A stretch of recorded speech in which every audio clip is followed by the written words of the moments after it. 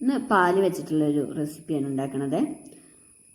ആകെ 3 ചേരുവ മാത്രം മതി. പാലും പഞ്ചസാരയും വിനാഗിരി വെച്ചാൽ ചെറുനാരങ്ങ ഏതെങ്കിലും ഒന്ന് മതിയേ.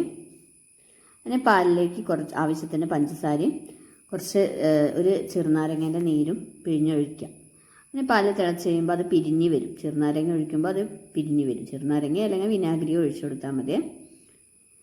അത് പിരിഞ്ഞ് വരുമ്പോൾ അത് നല്ല ഈ വെള്ളം വറ്റണ വരെ നമ്മളിങ്ങനെ ഇളക്കി കൊടുക്കണം.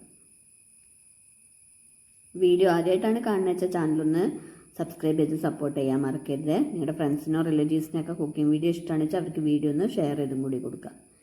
ഇനി ഇതേപോലെ ഒക്കെ വറ്റിയതിന് ശേഷം ഒരു നെയ്യ് തടവി പാത്രത്തിലേക്ക് ഇത് മാറ്റി കൊടുക്കാം. ചൂടാറാനായിട്ട് കുറച്ച് നേരം ഒരു 10-15 മിനിറ്റ് അത് ചൂടാറാൻ വേണ്ടിയിട്ട് മാറ്റി വയ്ക്കാം. ചൂടാറിയ ശേഷം നമുക്ക് ഒരു പാത്രത്തിലേക്ക് മാറ്റാവുന്നതാണ്. അപ്പോൾ നല്ല ടേസ്റ്റാണ് ഉണ്ടാക്കിയാൽ. അപ്പോൾ എല്ലാവരും ഒന്ന് ഉണ്ടാക്കി നോക്കിയിട്ട് എങ്ങനെ ഉണ്ടെന്ന്